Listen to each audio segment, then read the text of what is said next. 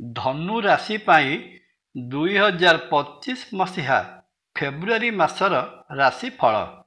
ଫେବୃଆରୀ ମାସଟି ଧନୁରାଶି ଜାତ ବ୍ୟକ୍ତି ବିଶେଷଙ୍କ ପାଇଁ ମଧ୍ୟମ ଧରଣର ଫଳ ପ୍ରଦାନ କରିବାକୁ ଯାଉଅଛି। ଏହି ମାସରେ କର୍ମକ୍ଷେତ୍ରରେ ତଳ ଉପର ହେଲା ଭଳି ସମସ୍ୟା ସୃଷ୍ଟି ହେବାର ସମ୍ଭାବନା ରହୁଅଛି। ବାଣିଜ୍ୟ ବ୍ୟବସାୟ କ୍ଷେତ୍ରରେ ରହିଥିବା ବ୍ୟକ୍ତି ବିଶେଷ ନିଜ କ୍ରୋଧ ଉପରେ ନିୟନ୍ତ୍ରଣ ରଖିବା ଆବଶ୍ୟକ। ପାରିବାରିକ କ୍ଷେତ୍ରରେ ଅନେକ ଗୁଡ଼ିଏ ଆହ୍ୱାନର ସମ୍ମୁଖୀନ ହେବେ। ବିଶେଷତଃ ଜୀବନସାଥୀଙ୍କ କ୍ରୋଧର ସାମନା କରିବାକୁ ପଡ଼ିପାରେ। ଆର୍ଥିକ କ୍ଷେତ୍ରରେ ଇନକମ୍ ଅଧିକ ହେଲେ ମଧ୍ୟ ଖର୍ଚ୍ଚର ପରିମାଣ ମଧ୍ୟ ଅଧିକ ହେବ। ସ୍ୱାସ୍ଥ୍ୟ ସମ୍ପର୍କରେ କହିବାକୁ ଗଲେ ଧନୁରାଶି ଅଧିପତି ବୃହସ୍ପତି ମାସ ସାରା ଷଷ୍ଠ ଭାବ ବୃଷ ରାଶିରେ ରହିବା ସ୍ୱାସ୍ଥ୍ୟଗତ ସମସ୍ୟା ନିଶ୍ଚୟ ପ୍ରଦାନ କରିପାରନ୍ତି। ଜୟ ଜଗନ୍ନାଥ। ମୁଁ ତପନ ଡାଇଜେଷ୍ଟକୁ ଆପଣଙ୍କୁ ସ୍ୱାଗତ। ଜାଣିବା ଧନୁରାଶିର ସମ୍ପୂର୍ଣ୍ଣ ରାଶିଫଳ। ଧନୁରାଶିର କ୍ୟାରିୟର ବା କର୍ମକ୍ଷେତ୍ର ସମ୍ପର୍କରେ ବିଚାର କରିବାକୁ ଗଲାବେଳେ ଜଣାଯାଏ ଯେ ମାସ ସାରା କେତୁ ମହାଗ୍ରହ ଧନୁରାଶିର ଦଶମ ଭାବରେ ଅବସ୍ଥାନ କରିବା ଧନୁରାଶି ଜାତକର କର୍ମସ୍ଥଳୀରେ କାମରେ ମନ ନ ଲାଗିବା ବା ଅନ୍ୟମନସ୍କ ରହିବା ଭଳି ଅବସ୍ଥା ସୃଷ୍ଟି କରୁଥିବା ବେଳେ ଧନୁରାଶି ଅଧିପତି ବୃହସ୍ପତି ଷଷ୍ଠ ଭାବରେ ରହି କର୍ମସ୍ଥାନକୁ ପଞ୍ଚମ ଦୃଷ୍ଟିରେ ଚାହିଁବା କର୍ମକ୍ଷେତ୍ରରେ ସ୍ଥିରତା ଆଣିବାରେ ସାହାଯ୍ୟ କରିବ। ଦଶମ ସ୍ଥାନ ଅଧିପତି ବୁଧ ମାସର ପ୍ରଥମାର୍ଦ୍ଧରେ ଦ୍ୱିତୀୟ ଧନସ୍ଥାନରେ ରହିବା ବାଣିଜ୍ୟ ବ୍ୟବସାୟରୁ ପ୍ରଚୁର ଧନଲାଭ ହେବାର ସମ୍ଭାବନାକୁ ବ୍ୟକ୍ତ କରୁଅଛି।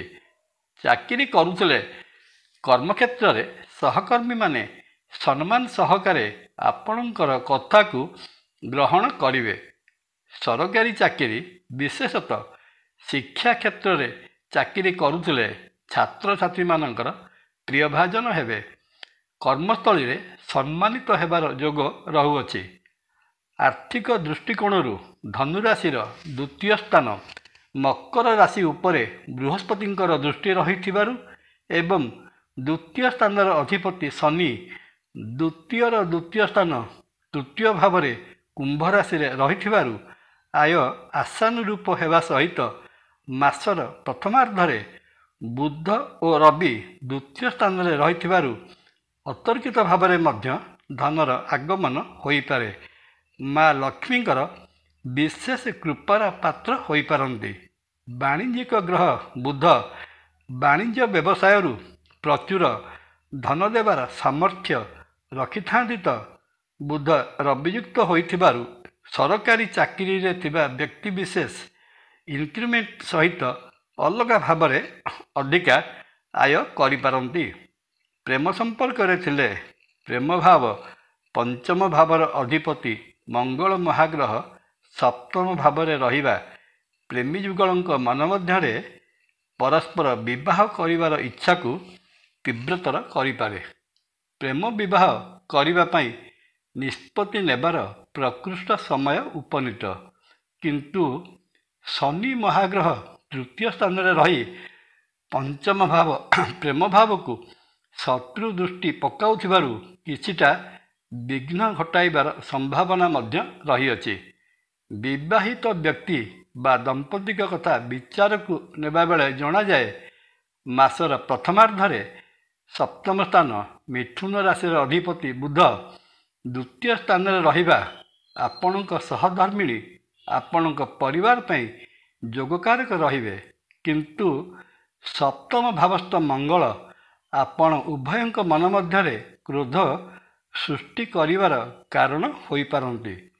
ପୁଣି ମଙ୍ଗଳ ମହାଗ୍ରହଙ୍କ ଅଷ୍ଟମ ଦୃଷ୍ଟି ବୁଧ ଉପରେ ରହୁଥିବାରୁ ସହଧର୍ମିଣୀଙ୍କ ସ୍ୱାସ୍ଥ୍ୟର ଯତ୍ନ ନେବା ସହିତ ଯାତ୍ରା ସମୟରେ ଦୁର୍ଘଟଣା ନ ଘଟିବା ପାଇଁ ପ୍ରଯତ୍ନଶୀଳ ହେବା ଉଚିତ ହେବ।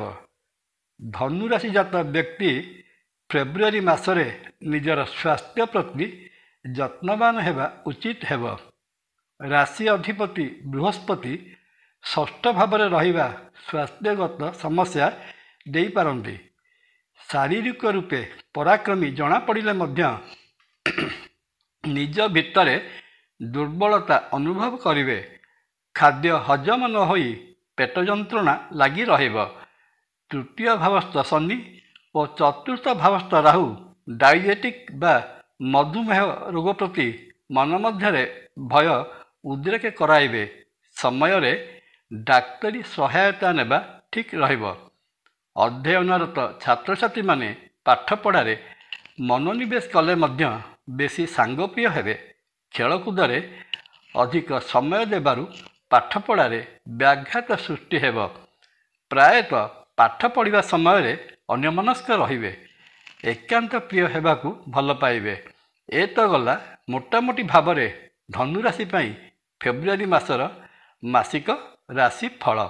ଏତଦ୍ ବ୍ୟତୀତ ଧନୁରାଶିଜାତ ବ୍ୟକ୍ତି ବିଶେଷ ଫେବୃଆରୀ ମାସରେ ବିଶେଷ ଶୁଭଫଳ ପାଇବା ନିମନ୍ତେ ବ୍ରାହ୍ମଣ ବା ଅଭାବୀ ବ୍ୟକ୍ତିଙ୍କୁ ଅନ୍ନ, ବସ୍ତ୍ର ଓ ଧନ ଦାନ କରନ୍ତୁ, ଭୋଜନ ପ୍ରଦାନ କରନ୍ତୁ। ପରିଶେଷରେ ଶ୍ରୀକ୍ଷେତ୍ରରେ ପୁରୀରେ ବିରାଜିତ ବାମନ ରୂପୀ ଶ୍ରୀ ଜଗନ୍ନାଥ ମହାପ୍ରଭୁଙ୍କୁ ଦର୍ଶନ କଲେ ସମସ୍ତ ମନସ୍କାମନା ପୂରଣ ହେବା ସହିତ ମାସଟିରେ ରହିଥିବା ଅଶୁଭତ୍ୱ ଦୂର ହୋଇ ସୁଫଳ ଲାଭ କରିବେ। ଜୟ ଜଗନ୍ନାଥ। ଭିଡ଼ିଓ ଭଲ ଲାଗିଲେ ଲାଇକ୍, କମେଣ୍ଟ, ସବସ୍କ୍ରାଇବ୍ ଓ ସେୟାର କରିବାକୁ ଅନୁରୋଧ। ନମସ୍କାର। ତପନ।